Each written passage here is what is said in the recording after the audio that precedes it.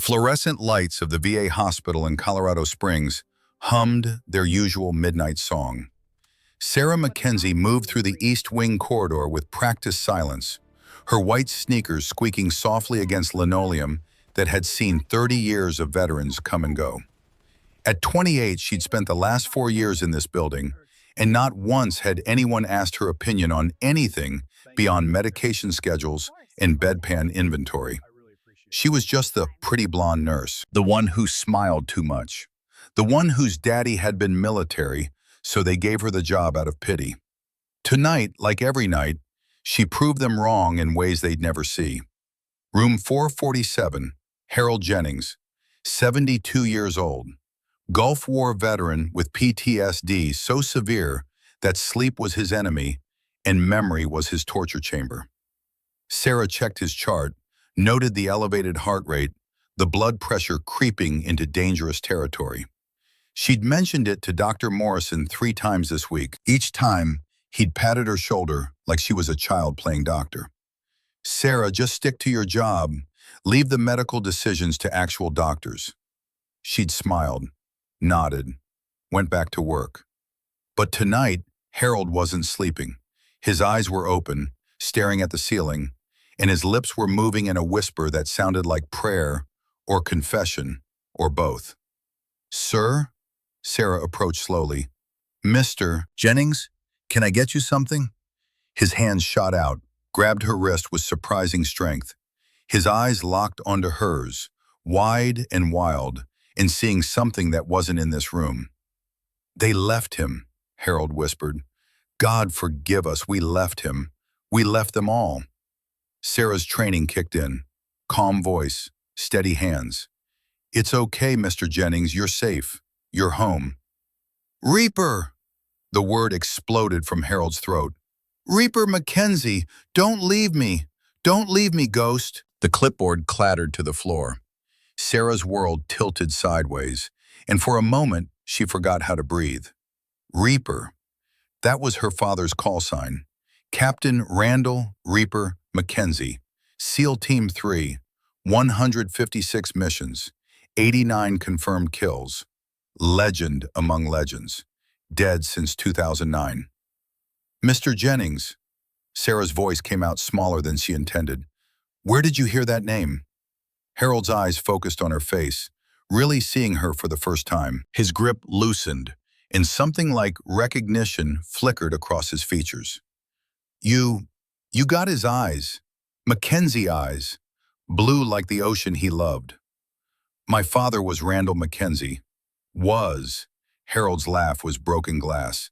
"That's what they told you, wasn't it? That he was gone. That he died serving his country. In Afghanistan, 2009, I was 13. Harold pulled her closer, his voice dropping to barely a whisper.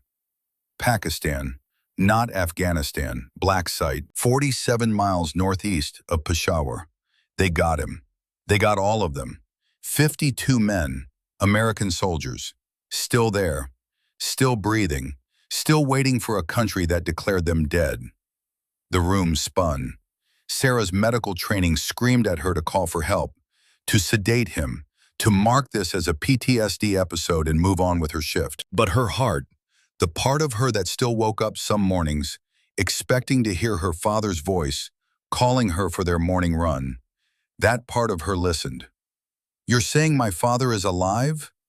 "Was, maybe still is, I don't know.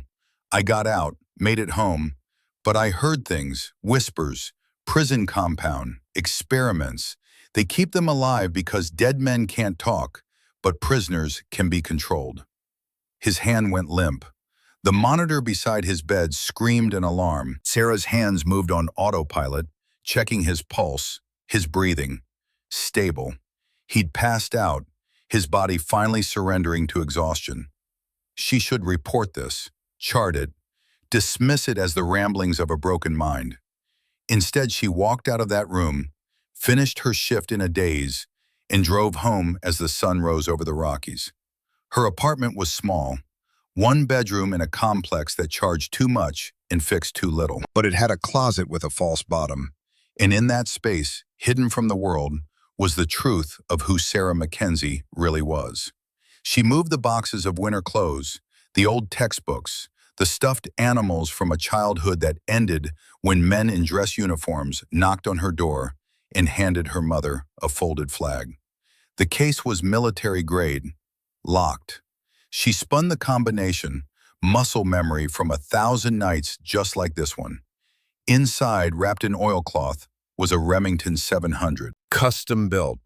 The stock was scarred and weathered. The barrel was cold-forged steel, and the scope was a Leupold Mark IV that cost more than 3 months of her salary. Her grandfather's rifle. Master Sergeant Dale Mackenzie, Green Beret, Vietnam era. The man who'd taught her that Mackenzie women didn't do things halfway. She remembered the first time he'd taken her shooting. She was 6 years old. Her father had been deployed, and her mother was working double shifts at the diner. Grandpa Dale had picked her up from school in his old Ford pickup, and they'd driven 3 hours into the Wyoming wilderness. "Your daddy don't need to know about this," he'd said, setting up targets at 100 yards. "SEALs get funny about their daughters touching guns, but you're a Mackenzie, and Mackenzie women know how to protect themselves." The rifle had been too big for her, too heavy, but he'd shown her how to breathe, how to feel the wind, how to let the world fall away until there was nothing but the target and the gentle squeeze of the trigger. She'd missed that first shot by 3 feet. By the time she was 8, she could hit a 6-inch circle at 300 yards. By 13, she was out-hooting her grandfather at 500. By 18, when he died and left her this rifle, she'd made a shot at 1,315 yards that he swore was impossible. An elk, moving through timber, wind gusting to 20 miles per hour. She'd led it by instinct, adjusted for wind by feel, and dropped it with 1 round through the heart. "You're better than me," Grandpa Dale had said, tears in his eyes. "Better than your daddy ever was. Don't waste it." She hadn't. Every month she drove to a private range outside Denver, used a fake name, paid cash, kept her scores to herself. In 4 years, she'd logged over 2,000 rounds through this rifle. Her current record was 1,432 yards. A headshot on a silhouette target in 15-mile-per-hour crosswinds. Nobody knew. Not her mother, not her co-workers, not the doctors who dismissed her opinions and the nurses who gossiped about how she only got the job because of her dead daddy's veteran benefits. Sarah Mackenzie was invisible to them, and that was exactly how she wanted it. But now, sitting in her apartment with her grandfather's rifle across her lap and Harold Jennings's words echoing in her skull, she wondered if being invisible was the same as being powerless. Her phone buzzed. Unknown number. She almost didn't answer, but something, maybe instinct, maybe desperation, made her thumb hit the green button. No voice on the other end, just the sound of breathing. Then a click, and the line went dead. 30 seconds later, something slid under her apartment door. Sarah grabbed the Glock 19 from her nightstand, a habit her father had drilled into her before he deployed for the last time. She approached the door sideways, kept her body behind the wall, and looked through the peephole. Empty hallway. She waited, counted to 60, then opened the door fast, gun up.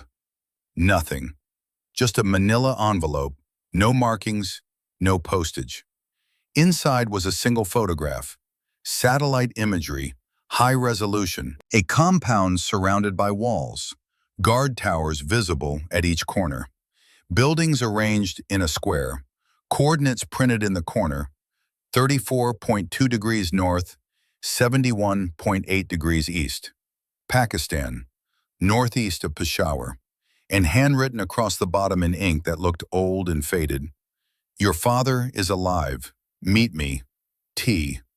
Below that, an address in Denver, a bar called The Rusty Nail.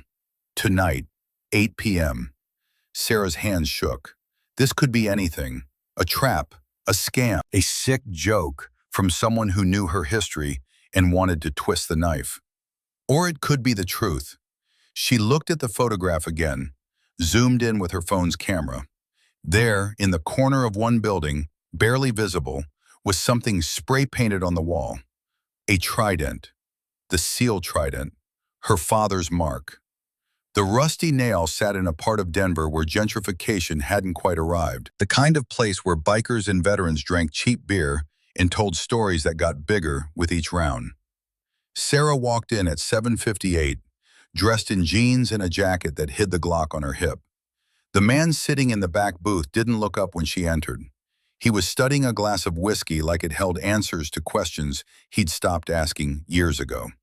61, maybe 62, silver hair cut military short, scar running from his left temple to his jawline, arms that still looked like they could bench press a Buick. She knew him from photographs her father kept. Major Flynn Drayton, call sign, Tombstone, Delta Force, her father's best friend. Sarah slid into the booth across from him. "You sent the photograph?" Tombstone looked up. His eyes were gray, the color of storm clouds over the ocean.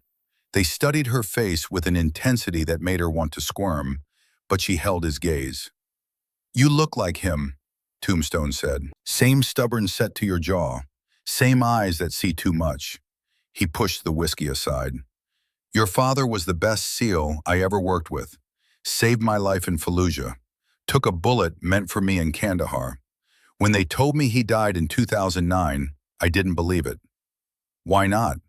"Because Randall Mackenzie was too mean to die. Too stubborn. Too good at staying alive." Tombstone pulled out a laptop, old and battered. "I spent 15 years looking, calling in favors, burning bridges, following leads that went nowhere." He turned the screen toward her. "2 weeks ago, I found him." The video was grainy, shot from a distance, security camera footage, maybe satellite feed. It showed a courtyard surrounded by high walls. Men moving in the space, skeletal thin, wearing rags. And in the center, one man who stood straighter than the others. Longer hair, gray and wild, but the build was unmistakable. Sarah's throat closed. "That could be anyone." "Watch." Tombstone scrubbed forward. The man turned, looked directly at the camera as if he knew it was there, and for just a moment, his face was visible. Older, harder, scarred, but it was him, her father. Sarah's vision blurred. She'd cried when they told her he was dead, cried at the funeral with the empty casket, cried every year on the anniversary. But those tears had been grief. These were something else. Rage, hope, confusion. "How?" Tombstone closed the laptop. Your father's team was sent to extract 4 POWs from a black site in Pakistan. Standard rescue op, in and out. But when they got there, they found more than 4 prisoners. 18 Americans, all officially listed as KIA, killed in action. "That's impossible." "Not impossible, convenient." Tombstone's jaw tightened. Those 18 men had been exposed to chemical weapons during interrogations. VX nerve agent, sarin gas, experimental compounds developed by U.S. defense contractors and sold to Pakistani warlords through CIA black budgets. It was illegal, war crimes level illegal. Sarah felt sick, so they covered it up. General Warren Blackwood commanded the operation. When your father discovered what happened, he threatened to go public, blow the whistle, expose the whole rotten mess. Tombstone's fist clenched on the table. Blackwood couldn't allow that, so he made a choice. He sold your father and his team to the warlord, told the Pakistanis exactly where to hit them, when to strike, made it look like a failed mission. And my father? Captured, along with the original 18 POWs. Over the years, more prisoners were added. Soldiers who got too close to the truth. Operatives who knew too much. Special forces who disappeared during black ops. Tombstone pulled out a piece of paper, handwritten names. 52 of them. This is the current count.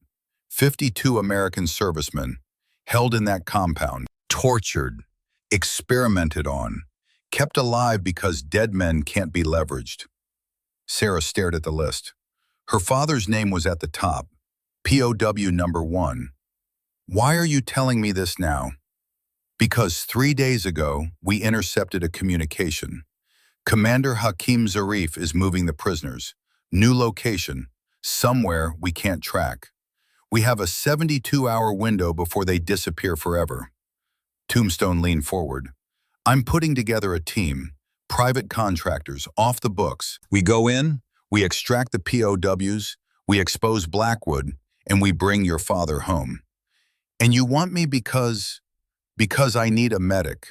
Someone who knows combat medicine. Someone who can speak Pashto. Tombstone paused. And because your grandfather told me about you, before he died. Told me you could shoot better than anyone he'd ever trained. Said if anything ever happened to Randall, you were the only one who could finish what we started.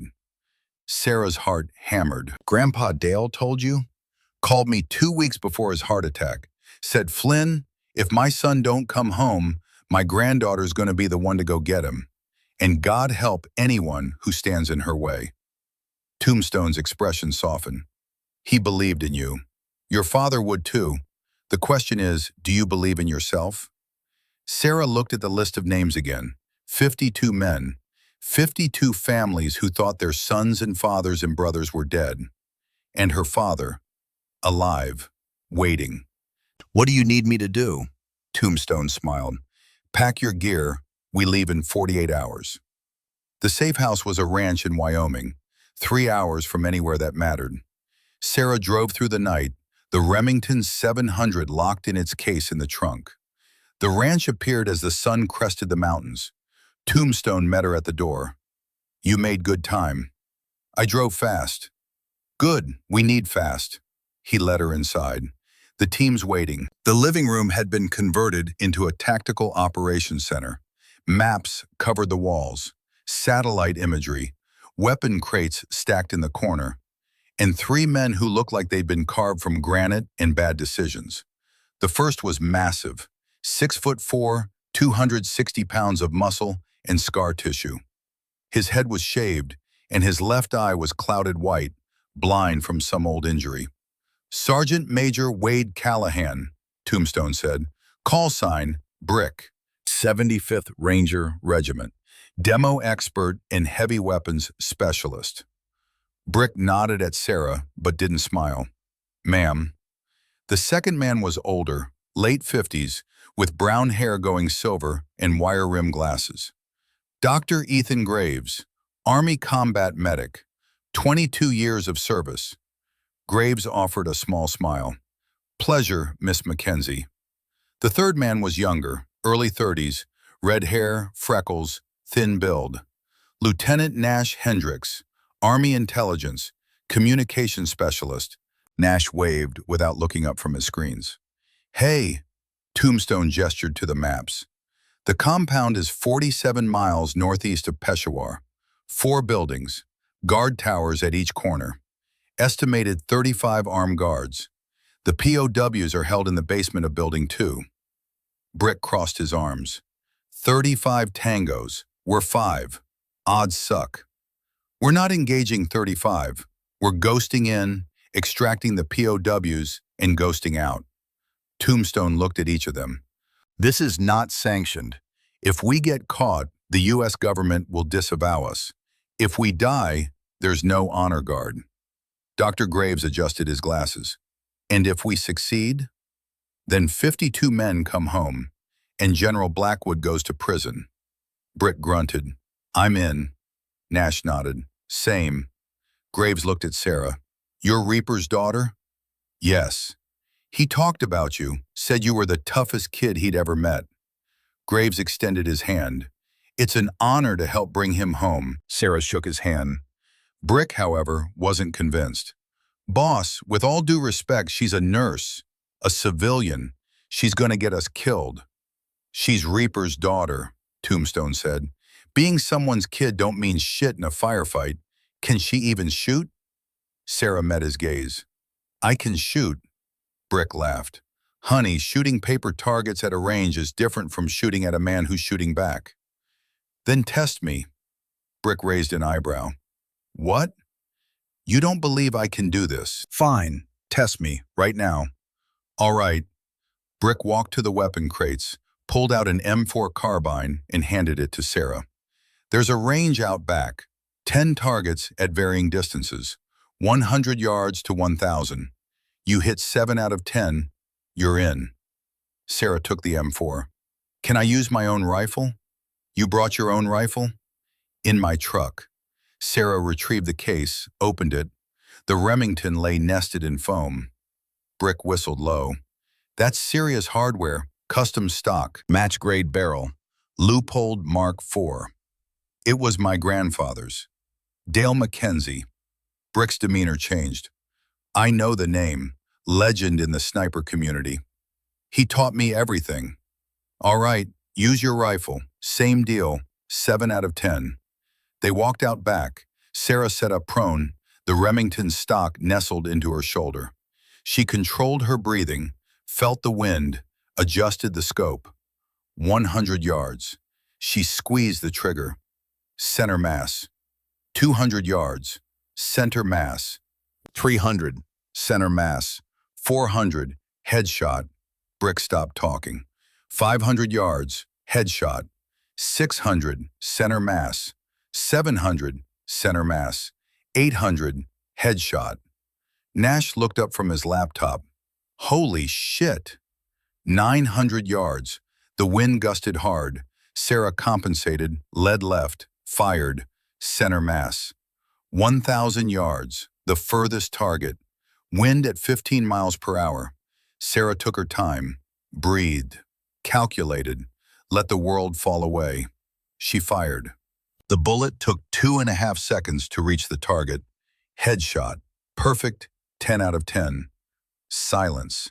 Brick walked up slowly, looked at the targets through binoculars, then back at Sarah. He extended his hand. Ma'am, I apologize. You're one hell of a shot. Welcome to the team. Sarah shook his hand. Thank you, Sergeant Major. Call me Brick. Tombstone clapped Sarah on the shoulder. All right, Saints. Time to get you up to speed. Saints? Your call sign, Mackenzie family tradition. They spent the next 72 hours in intensive training. Sarah absorbed it all. Close quarters battle, medical extraction, radio operations, demolitions. On the third night, Nash called them together. Final intel. Zarif is moving the POWs in 72 hours. This is our window. Tombstone laid out the plan. We infiltrate via halo jump. Land 8 clicks from the compound. Approach on foot. There's an old Soviet tunnel that leads into the basement. Nash hacks security. Brick and I secure the perimeter. Saints and Graves evacuate the POWs. 30 minutes from insertion to extraction. What about my father? Sarah asked. Intel says POW number 1 is kept in solitary, separate from the main group. We get him first. They flew out that night. By the time they geared up for the halo jump, it was approaching midnight. Sarah checked her equipment for the 10th time. Parachute, oxygen mask, the Remington strapped to her back, and around her neck, her father's dog tags from the funeral. Fake, she knew now. Tombstone sat beside her. Nervous? Terrified. Good. Fear keeps you alive. The jump master called 5 minutes. They stood, checked each other's gear. The ramp lowered. Wind screamed into the cargo bay. The jump master held up 5 fingers. 4, 3, 2, 1. Green light. They jumped. The free fall lasted 90 seconds. Sarah pulled her chute at 3,000 feet, felt the brutal deceleration, then descended the final 2,000 feet. She landed in sand and rock, rolled, stood, and gathered her chute. Around her, the team assembled in silence. They moved out. 8 kilometers, 2 hours of hiking through terrain that wanted to kill them.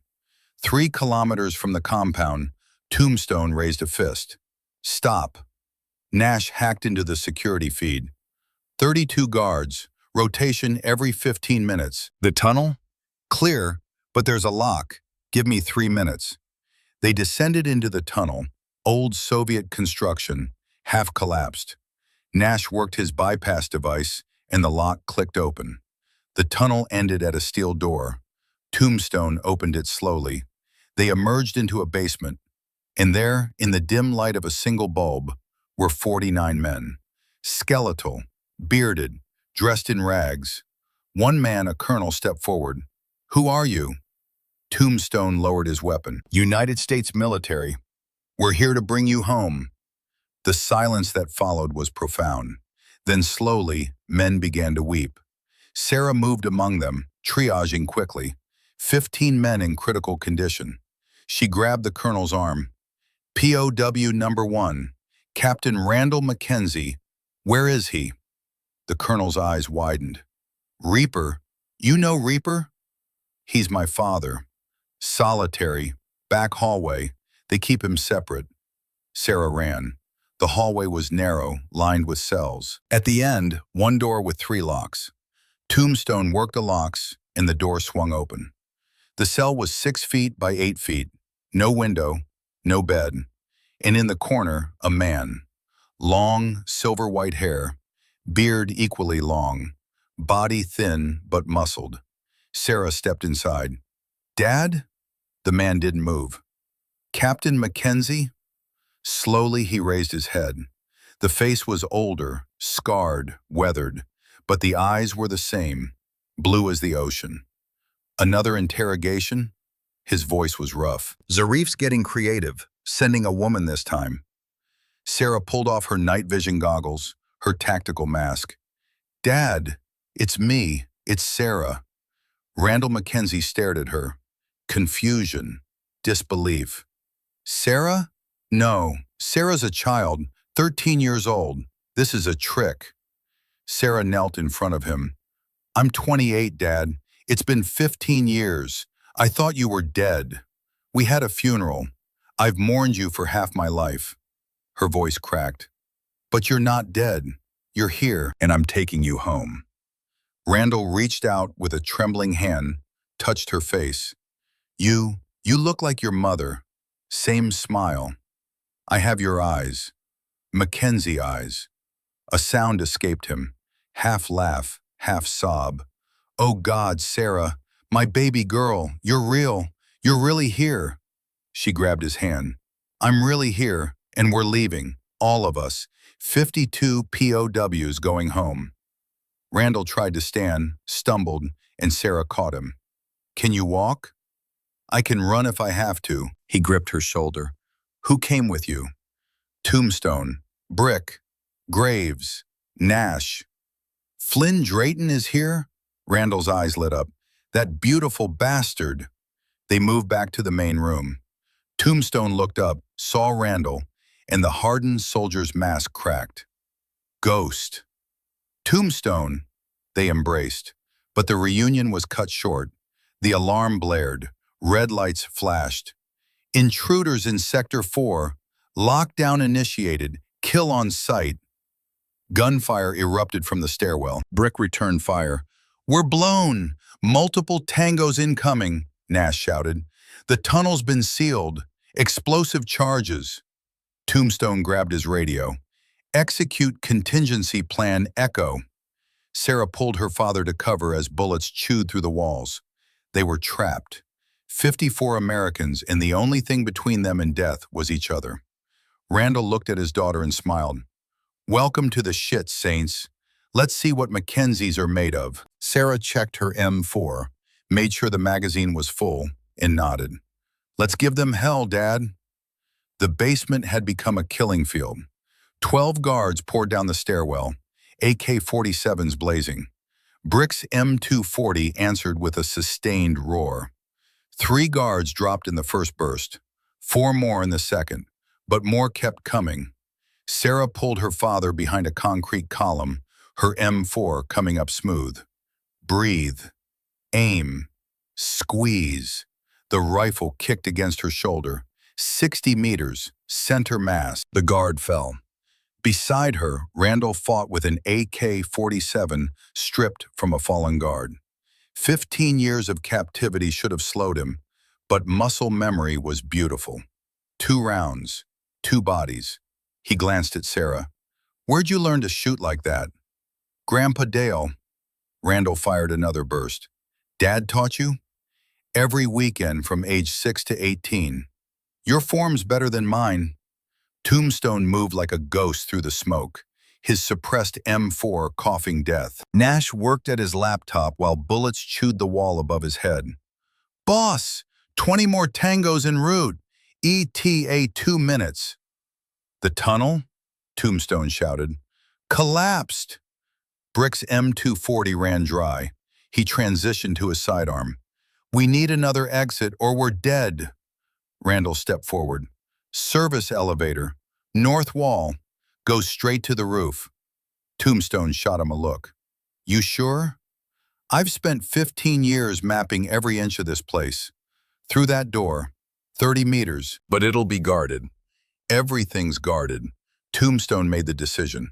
Brick, Flynn, you're with me.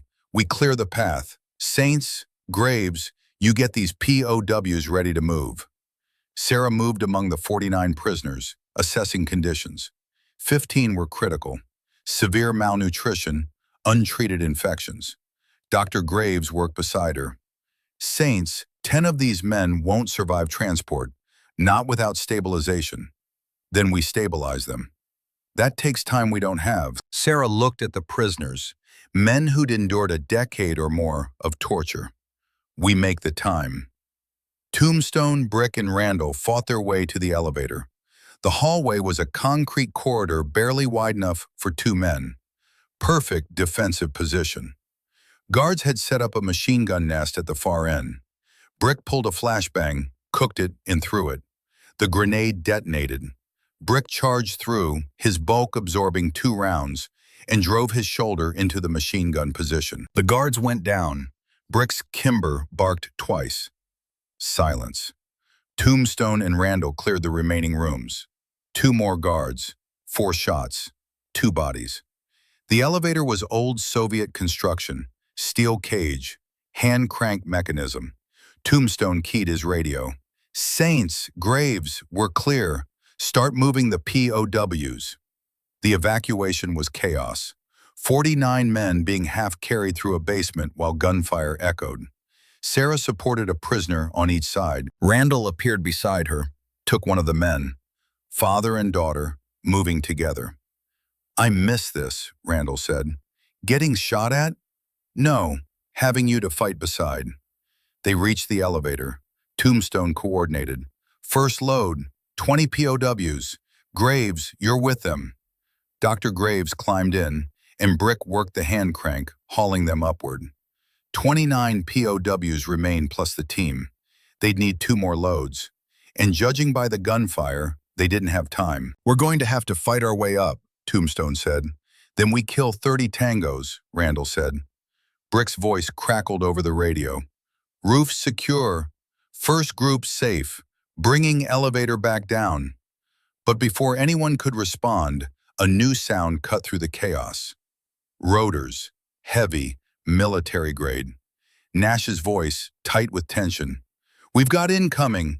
Black Hawk. U.S. military markings. Not ours. Sarah ran to a window. A helicopter descended, sleek and predatory. Ropes deployed. 8 figures rappelled down. American equipment, American tactics, but not American rescue. Tombstone's face went hard. Blackwood, General Warren Blackwood, 64 years old, Director of Defense Intelligence, the man who'd sold Randall 15 years ago. The operators hit the roof. One removed his helmet, silver hair, hard features. Blackwood. He spoke into his radio. His voice boomed through the PA system. Major Drayton, Captain Mackenzie, I know you're in there. You've put me in a difficult position. These men were declared KIA years ago. If they return now, questions will be asked. Investigations launched. Careers destroyed. Randall moved to the window. Your career, you mean? Our careers, mine, dozens of others. The tests conducted on these prisoners yielded intelligence that saved American lives. Their suffering had purpose. Sarah felt sick. You tortured them for research. I utilized assets in pursuit of strategic objectives. Blackwood's voice took on false warmth. You must be Randall's daughter. The pretty blonde nurse who plays with guns. Randall grabbed Sarah's arm. Don't. That's what he wants. Blackwood's tone shifted. Here's the situation. I have 8 operators on the roof, 40 more en route. You're trapped. I control everything. Get to the point, Tombstone growled. Surrender. Now. Do this and I'll make it quick. Painless. And if we refuse, then I burn this building with everyone inside. Tragic accident. Failed terrorist attack. A pause. Either way you die, but surrender and I'll let it be dignified. The radio went silent. Sarah looked at her father, at Tombstone, at the prisoners. We fight, she said. Randall smiled. That's my girl. The elevator returned. Sarah, Tombstone, Randall, and 15 POWs crammed inside. Brick hauled them upward. They rose through darkness, through floors where guards mobilized, and finally through the ceiling to the roof. Dawn was breaking. The sky shifted from black to purple. Sarah stepped onto tar and gravel. Dr. Graves had set up triage using supply crates. The first 20 POWs lay on the ground, and 30 meters away, Blackwood's 8 operators had taken position. They hadn't fired yet, waiting. Blackwood stood in the center, calm as a man at a board meeting. He saw Sarah and smiled. Ms. Mackenzie, you're even prettier than your photographs. Shame about the career choice. Sarah raised her M4. I know my name. Brave words, but bravery without wisdom is suicide with flair. Blackwood gestured. Last chance, weapons down, or I give the order. Tombstone stepped forward. You sold us out, Warren. In 2009, you knew we were coming. 4 good men died. 18 more were captured and tortured. And for what? For the greater good. Those weapons programs led to breakthroughs in chemical defense. Strategic advantages that kept America safe. They didn't sacrifice, Randall said. You sacrificed them. Without their knowledge. You're not a patriot. You're a war criminal. Blackwood's expression never changed. Semantics. History is written by winners, and I intend to win. He raised his hand. Operators, weapons free. Execute all hostiles. The 8 operators brought their rifles up. Sarah saw the moment crystallize. 54 Americans on this roof. 8 enemy combatants. No cover, no escape. Except she was Sarah Mackenzie, and she'd spent 20 years learning to do one thing better than anyone else. She could shoot. The operator's fingers tightened on triggers. Sarah moved. She dove behind a ventilation unit. M4 dropped. Remington 700 pulled from her back. Prone position, scope up. Operator 1, 50 meters. Headshot, down. She worked the bolt. Smooth. Practiced. Operator 2, 60 meters. Center mass, down. Bolt. Breathe. Aim. Operator 3, 70 meters. Moving. Lead the target. Headshot. Down. The remaining operators scattered. Gunfire erupted. Brick's M240 hammered. Tombstone and Randall engaged, but Sarah kept shooting. Operator 4, 85 meters. Behind HVAC unit. Wait for exposure. Shoulder. Follow-up. Headshot. Down. 4 operators down in 12 seconds. The remaining 4 went to ground. Operator 5 popped up. Sarah was waiting. The Remington spoke. Down. 3 left, and then Blackwood ran. Toward the elevator shaft where Nash and the final POWs were ascending, Tombstone saw it. He's going for Nash. Blackwood reached the elevator as it rose. Nash was exposed, defenseless. Blackwood drew his sidearm, a pristine M1911. He pointed it at Nash's head. Everyone stops shooting or the kid dies. The roof went silent. Nash stared at the gun, pale but resolute. Boss, don't. Shut up. Blackwood's voice was ice. Major Drayton, Captain Mackenzie, drop your weapons and step into the open. Now. Tombstone looked at Randall. A conversation passed in silence. Randall stepped forward. Let him go, Warren. This is between us. Oh, I intend to let him go. Right after I put a bullet through his brain, and then yours. Blackwood's finger tightened. I'm going to kill everyone on this roof. Your daughter will watch you die, Randall. Sarah's world compressed to a single point. The Remington was still in her hands, still loaded. One round left. Blackwood was 90 meters away, standing, holding Nash as a human shield. 90 meters wasn't far, not for her, but Blackwood's head was partially obscured. The shot would have to thread between them, a gap of maybe 6 inches. Moving target, wind gusting at 10 miles per hour. Stress, fatigue, impossible. She heard her grandfather's voice. Impossible is just another word for difficult, and Mackenzies eat difficult for breakfast. Sarah settled into position. Controller her breathing. Calculated windage. Elevation. Randall Mackenzie, Blackwood said. Any last words? Randall smiled. Cold. Predatory. Yeah, my daughter's a better shot than I ever was. Blackwood's eyes widened. He started to turn. Sarah fired. The bullet left the barrel at 2,650 feet per second. It crossed 90 meters in 0.18 seconds. It dropped 3.2 inches, drifted 1.7 inches, and threaded a gap the width of a coffee cup. It entered Blackwood's skull just above his right eye. The general's head snapped back. His body followed. The M1911 clattered on the roof, and Blackwood collapsed. Nash stumbled forward, alive, unhurt. The 3 remaining operators looked at Blackwood's corpse, looked at Sarah. They dropped their weapons and put their hands up. Tombstone zip-tied the operators. Sarah lowered the Remington, her hands shaking. 90 meters, moving target, hostage situation. She'd made the shot.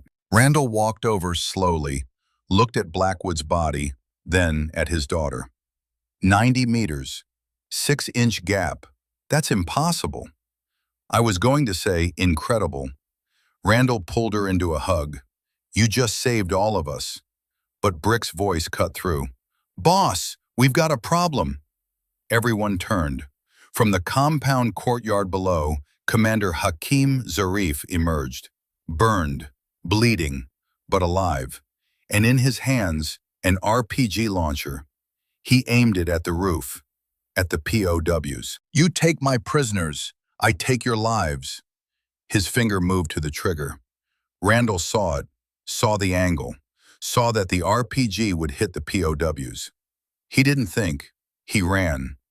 Dad, no! Randall Mackenzie threw himself between the RPG and the men he'd protected. The launcher fired. The rocket streaked across 40 meters. It hit Randall center mass. The explosion was catastrophic. Sarah screamed. She was already moving, already running. She watched her father's body lifted by the blast, watched him tumble, watched him hit the roof and not move. She reached him 5 seconds later. Randall lay on his back, chest torn open by shrapnel, blood pooling beneath him. His legs were shattered. His breathing was shallow and wet. Mortal wounds, every one of them. Dr. Graves appeared beside her, medical kit open. He took one look and his face went gray. Sarah, save him. Her hands moved automatically. Pressure on the chest wound. Emergency tourniquet. We can save him. Sarah, listen. I said save him. Graves grabbed her shoulders. He's bleeding out. Liver's destroyed. Even if we had a full surgical team, I don't know if we could save him. Then we get him to a hospital. Nearest facility is Bagram Air Base, 8 hours away. Then call for emergency medevac. Sarah, Randall's voice, weak, wet. Baby girl, stop. She looked down. His face was pale, lips blue, but his eyes were clear. Dad, hold on. We're getting you out. No. He reached up, touched her face. His fingers left red smears. No, sweetheart. This is it. This is where the story ends. No, I didn't come 7,000 miles to lose you again. You don't get to quit. Mackenzies don't quit. Mackenzie's don't quit, Randall agreed, blood bubbling at his mouth. But Mackenzie's know when the fight's over. And mine is over. Tears poured down Sarah's face. Please, please, Dad. I just got you back. And I got to see you one more time. Got to see the woman you became. Strong, brave, one hell of a shot. He coughed. Pain rippled across his features. I'm proud of you. So damn proud. Dad, listen, promise me something. Don't let revenge eat you alive. Don't waste your life hating Blackwood. He's dead. It's over. Live your life. Find happiness. Tell your kids about their grandpa. I can't do this without you. Yes, you can. You're stronger than I ever was. You proved that today. Randall's hand moved to his neck, fumbled with his dog tags. These are yours now. Mackenzie tradition. He pressed the tags into her hand. Sarah, look at me. She did, through the tears. It's beautiful. First sunrise I've seen in 15 years, and I get to see it with you. His breathing slowed. I'm not afraid. Dying here, like this, saving those men, it's a good death. You're not dying. But she knew. She was a nurse. She'd seen death enough. Randall's eyes were already distant. Tell your mother I'm sorry. Tell her I loved her. Tell her I came home. Finally. His hand went limp. His eyes stared unseeing at the sunrise. And Captain Randall, Reaper Mackenzie, 59 years old, died on a rooftop in Pakistan with his daughter holding his hand and 49 men he'd saved standing silent witness. Sarah didn't scream. She held her father's body and rocked slowly, tears falling on his face. Around her, the POWs removed their caps, stood at attention, rendered honors. Tombstone stood with tears streaming. Brick bowed his head. Nash turned away. The sun broke the horizon. Golden light touched Randall's face, made him look peaceful. Sarah closed his eyes, kissed his forehead, and placed his dog tags around her neck. Now she had both, the real ones and the fake ones, and she would carry them forever. Tombstone's voice was gentle. Sarah, we need to move. Exfil birds are 3 minutes out. Sarah looked up. Her face was grief and rage and something harder. Zarif? Brick got him. He's dead. Good. She stood, picked up her Remington. We take Dad with us. Every POW. We don't leave anyone behind. They wrapped Randall's body in a poncho liner. The exfil helicopters appeared, 3 Black Hawks with proper clearances. The evacuation took 12 minutes. 49 POWs loaded first, then the team, then Randall's body. Sarah was last to board. She climbed into the helicopter. The crew chief offered a blanket. She shook her head. The birds lifted off, banking toward Afghanistan. Below, the compound grew smaller. Sarah sat next to her father's body for the entire flight to Bagram, held his hand through the poncho liner, talked to him quietly. Tombstone sat across from her. Finally, Sarah looked up.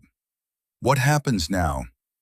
Now, we expose Blackwood, release everything, the world will know. Will it matter? It will to those men. It will to their families. It will to history. And to Dad? Your father will be remembered as a hero, a man who never quit, never surrendered. Sarah looked at the dog tags. He died saving them. Best death a warrior can ask for. He went out fighting for something that mattered. The helicopter flew through the morning sky. When they descended toward Bagram, medical teams waited on the tarmac. Sarah saw only one thing, the flag-draped transfer case being loaded into a military transport. Her father. Going home at last, she saluted. Tombstone saluted. All of them rendered honors. And 49 POWs came to attention and saluted the man who'd kept them alive. The transport's doors closed. Sarah whispered, "Goodbye, Dad." And somewhere, she believed he heard her. The C-17 carrying Captain Randall Mackenzie's body touched down at Andrews Air Force Base 6 days later, Sarah watched from the tarmac as the honor guard performed the transfer. 8 men in dress blues, white gloves. They carried her father like he was made of glass and honor. She'd barely slept since Pakistan. Every time she closed her eyes, she saw the RPG impact.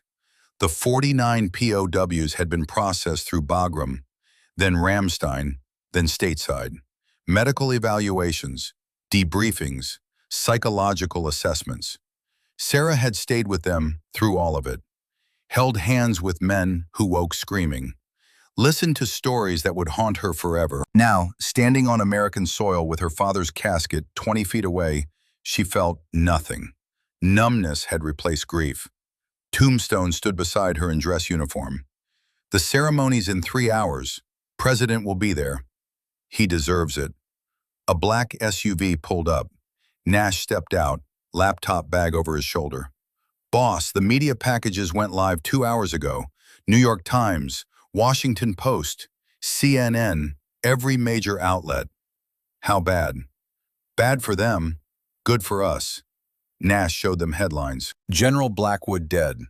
Treason alleged. 52 POWs rescued after 15 years illegal weapons testing on U.S. soldiers.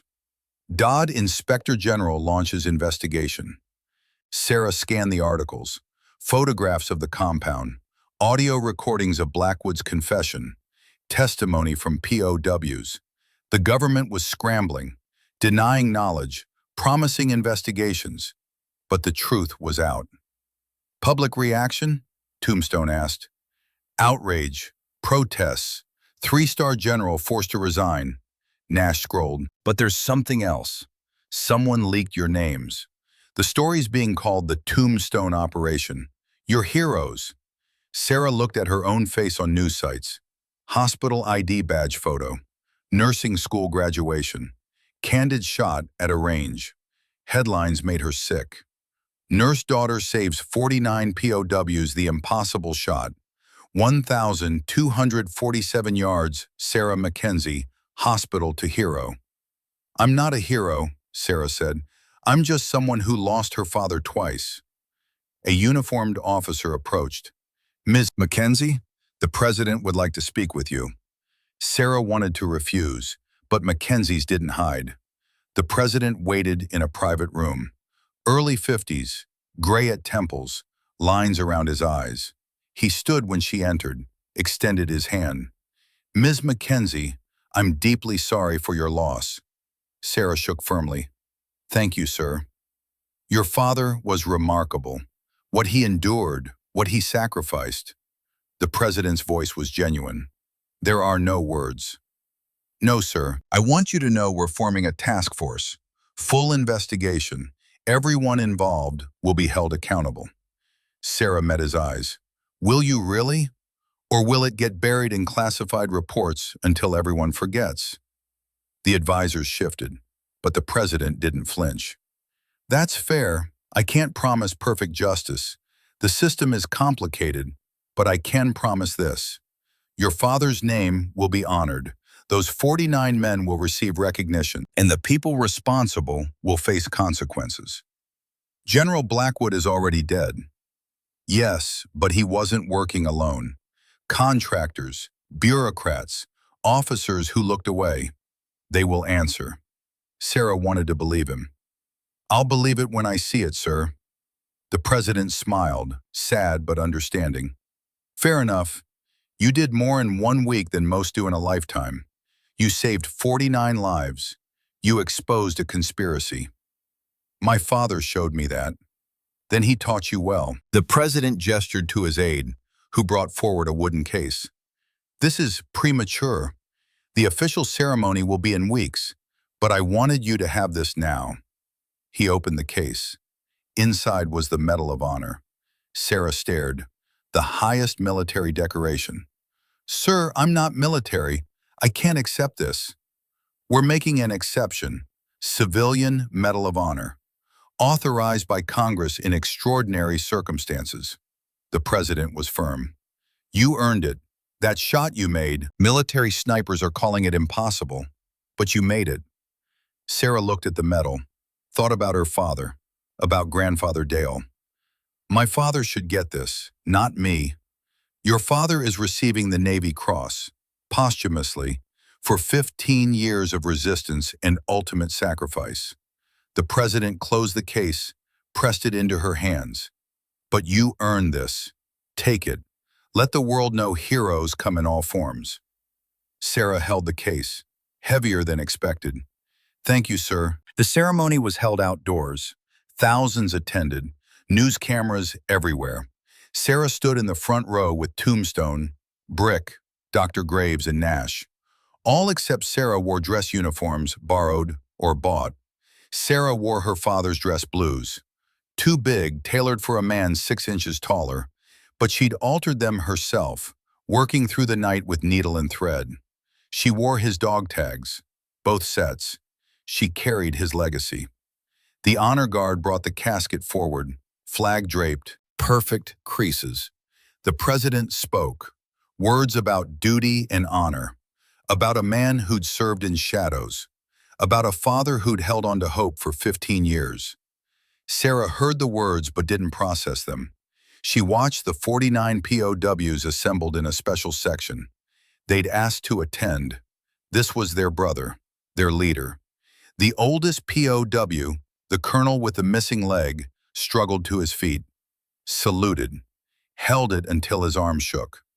One by one, the others stood, 49 men rendering honors to the 50th who hadn't made it home alive. Sarah's vision blurred. Then the rifle salute.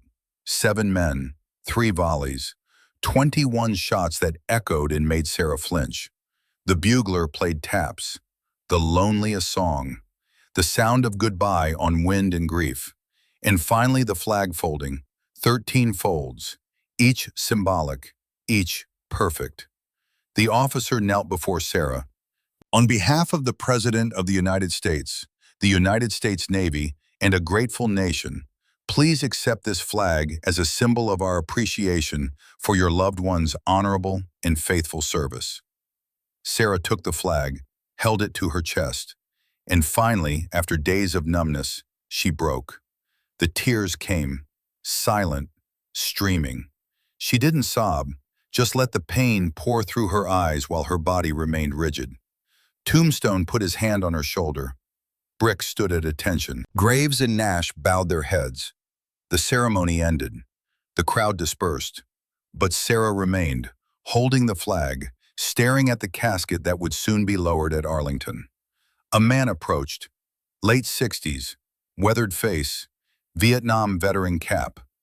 Ma'am, I'm sorry to intrude, but I needed to say something. Sarah looked up. Yes? I was one of the 18. The original prisoners from 2009. Your father found us. Then Blackwood betrayed us. The man's voice cracked. I spent 14 years in that place, watched men die. But your father never quit. Every morning he'd say, today might be the day, stay strong. Sir, he talked about you, every day. Said his daughter was the strongest person he knew. Said you'd do great things. The man wiped his eyes. He was right. You came for us. You brought us home. He saluted. Thank you, ma'am, for giving me my life back. Sarah returned the salute. What's your name, sir? Colonel David Riley, retired. Colonel, what are you going to do now? Riley smiled. See my grandkids. They were born while I was gone. Never met them. Then maybe write a book, tell the story, make sure people remember. I'd like to read that book. I'll make sure you get the first copy. Over the next week, Sarah met all 49 POWs, heard their stories. Some wanted anonymity, others wanted to speak out. All remembered her father as the man who'd kept them human. But there was one piece of unfinished business. Nash found it 3 weeks after the funeral. He showed up at Sarah's apartment, laptop under arm.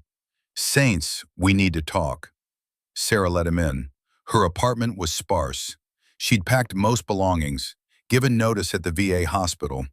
The doctors who dismissed her now called requesting interviews. She ignored them. What's this about?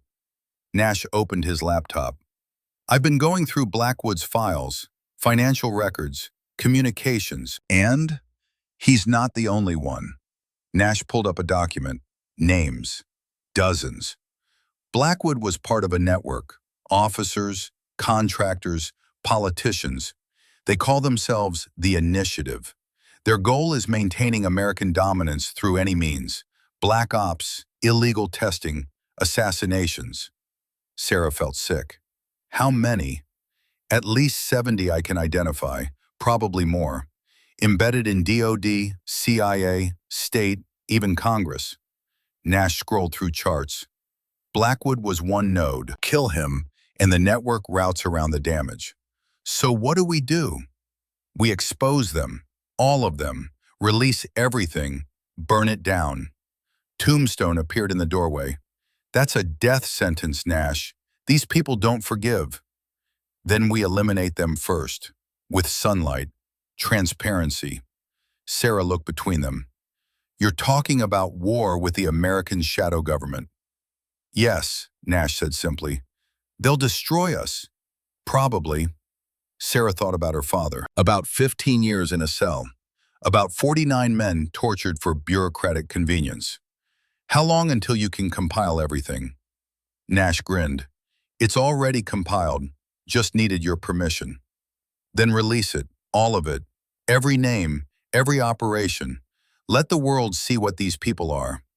Tombstone nodded. Your father would be proud. My father is dead because of these people. If we can prevent one more soldier from ending up in a black site, we do it, no matter the cost. Nash's fingers flew. Uploading now. Multiple servers, multiple countries. Once it's out, it can't be stopped. Good. The information dump hit at 3:17 p.m. Eastern. Within an hour, trending worldwide. Within 6 hours, 3 senators announced resignations. Within 24, the CIA director was placed on administrative leave. The backlash was immediate. Sarah's phone rang constantly. Reporters, lawyers, government officials threatening prosecution. She ignored them. Death threats came next. Anonymous emails. Voicemails describing how they'd make her suffer. Someone spray-painted "traitor" across her door. Tombstone moved into her spare room. Brick took shifts watching the building.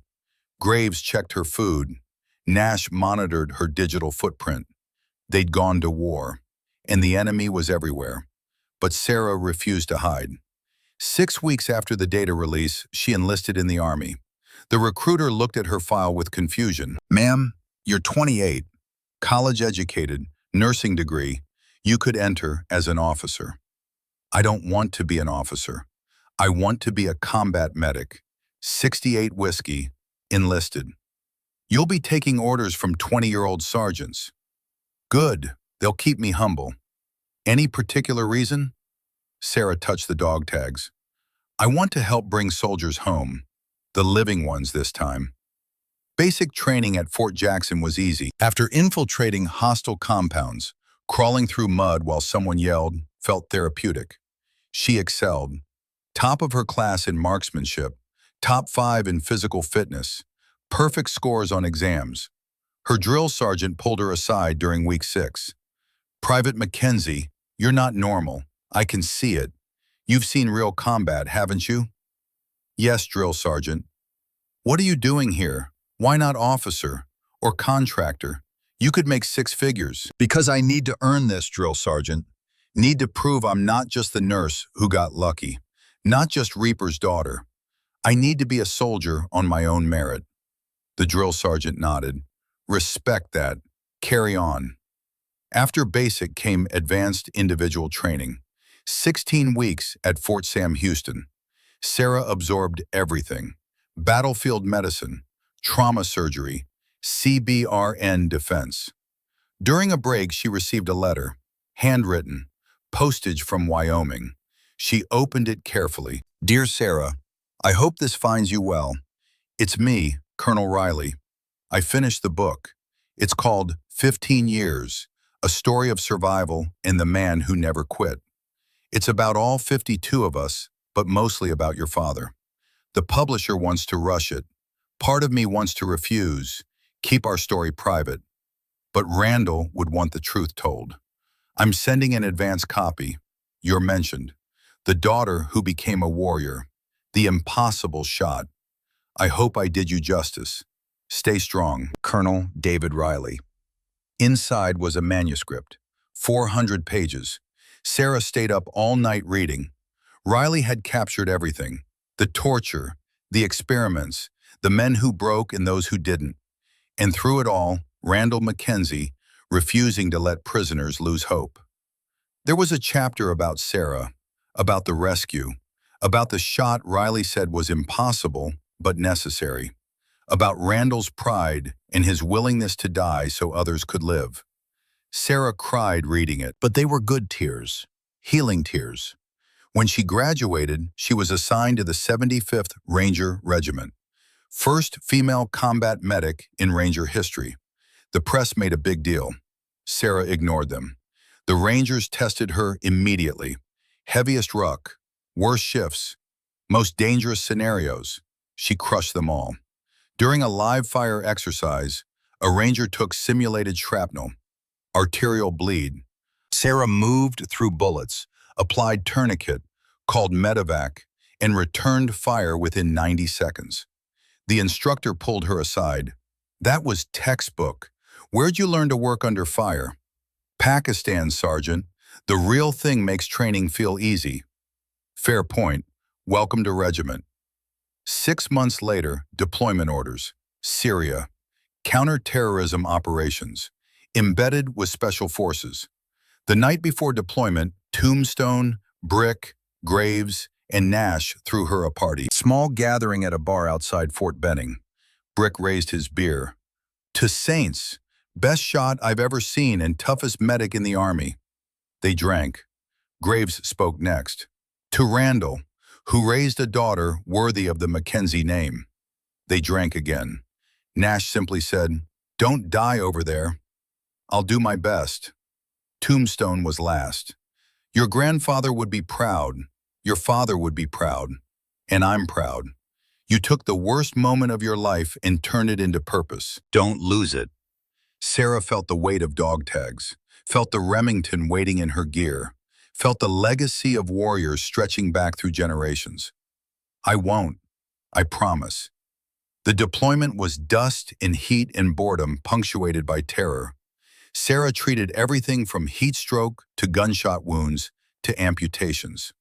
She saved 17 lives in 6 months, lost 3. The 3 haunted her. A Ranger who bled out despite her efforts. A Special Forces operator whose spinal injury was too severe. A local interpreter who took a bullet meant for Sarah. She remembered each name, each face. But she also remembered the 17 who lived, who went home to families. That had to count for something. On her last week, her unit raided an ISIS compound. Intelligence indicated a high-value target. Sarah's job was to stay with vehicles, provide medical support. The raid went sideways. Ambush. 3 Rangers wounded in the first 30 seconds. Sarah grabbed her aid bag and ran toward gunfire. She treated the first Ranger under direct fire, bullets kicking up dirt 2 feet from her head. Applied tourniquet, pressure bandage, IV line, all while returning fire with her sidearm. The second Ranger had shrapnel to the chest, sucking chest wound. Sarah sealed it, managed his breathing, kept him alive. The third Ranger was unconscious, head wound. Sarah stabilized his neck, controlled bleeding, monitored vitals while the firefight raged. All 3 survived. The commander recommended her for the Silver Star. Sarah refused. "Sir, I was just doing my job." "Private, you ran into enemy fire to save 3 men." "With respect, sir, that's exactly what I was trained to do." The commander looked at her. "You're just like your father, too stubborn for your own good." "Yes, sir, I've been told that." When her deployment ended, Sarah returned stateside to a changed country. The trials from the data dump were ongoing. 12 officers court-martialed, 17 contractors facing charges. The initiative was broken. It wasn't perfect justice. Some escaped. Some got plea deals. Some had enough protection to weather the storm, but it was something.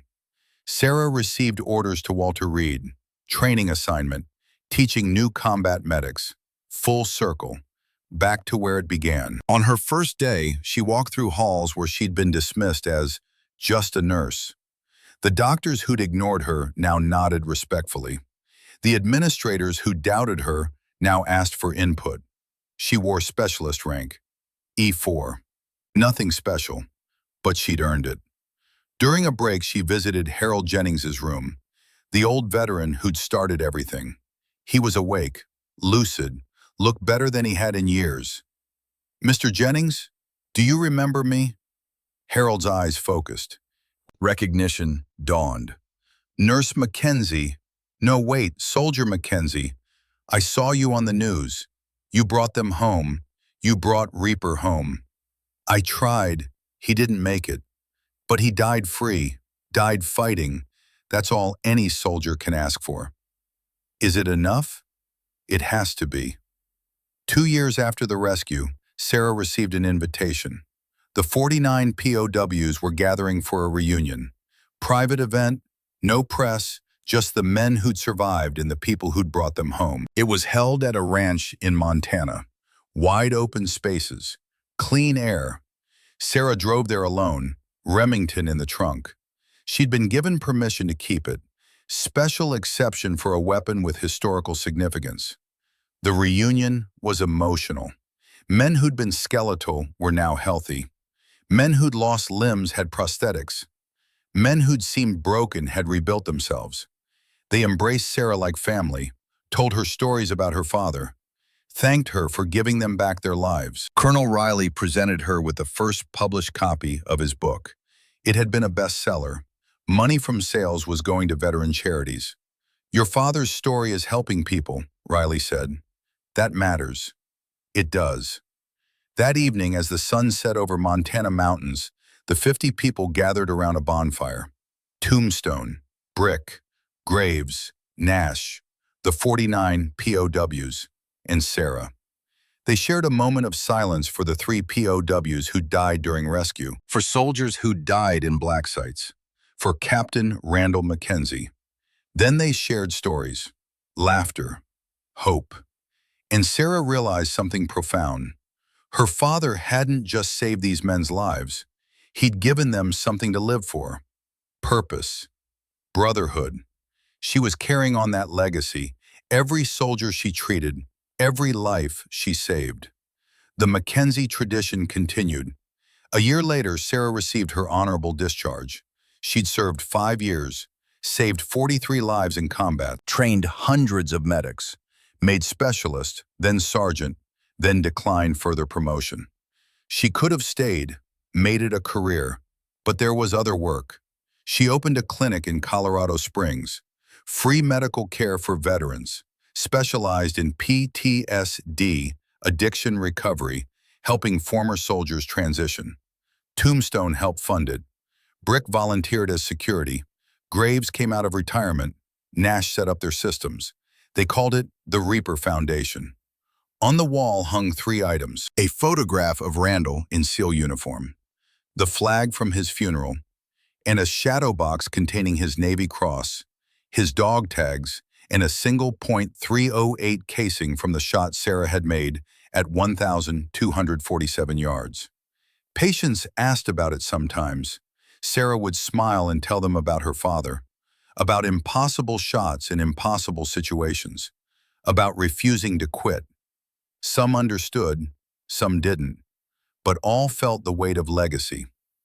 10 years after the rescue, Sarah married, a veteran, a good man who understood nightmares and trauma. They had 2 children, a boy and a girl. She named the boy Randall, called him Randy. She named the girl Dale, after her grandfather. And on weekends, she took them to the shooting range. Randy was 6 when he made his first bullseye at 50 yards. Dale was 8 when she outshot her brother at 100. Sarah watched them, saw the concentration, the steady breathing, the gentle squeeze, saw the Mackenzie legacy passing to a new generation. "Mom," Randy asked, "why do we have to learn this?" Sarah knelt down, looked her son in the eyes. Because Mackenzies protect people. We stand up when others back down. We fight when fighting matters. And sometimes the only way to save someone is to make a shot nobody else can make. Like Grandpa? Like Grandpa. And like Great-Grandpa Dale. And maybe someday, like you. Will you tell us about Grandpa? Sarah looked at the targets, at the Remington resting on the bench, at the dog tags she still wore every day. Yes, she said, I'll tell you everything. About the man who never quit. About the 49 men he saved. About the price of honor and the weight of sacrifice. Was he a hero? Sarah thought about that question. About 15 years in a cell. About the RPG explosion. About her father's body in her arms. Yes, she said finally, he was a hero. Not because he wanted to be, but because when the moment came, when people needed him, he didn't hesitate. He did what was right, even though it cost him everything. I want to be like him, Randy said. Me too, Dale added. Sarah pulled them both into a hug. Then be brave, be kind, be stubborn, never quit. And when someone needs help, you help them. That's the Mackenzie way. They nodded solemnly, sensing the importance. That night, Sarah sat on her porch, watching stars emerge. Her husband was inside, putting the kids to bed. The clinic would open tomorrow. Patients would come. Lives would be saved. The work continued. She touched the dog tags, felt the worn metal, thought about her father, about the journey from that night in the VA hospital to this moment. Somewhere she believed Randall Mackenzie was watching, proud, at peace. She'd kept her promise. She'd lived. She'd found happiness. She'd built a family. And she'd told his story. The Mackenzie legacy was secure. Not in medals or monuments, but in lives saved, in children taught, in refusing to let sacrifice be forgotten. Sarah looked up at the stars and whispered, I did it, Dad. I finished what we started. You can rest now. The wind carried her words away into the night, and somewhere in the darkness, she swore she heard her father's voice. That's my girl.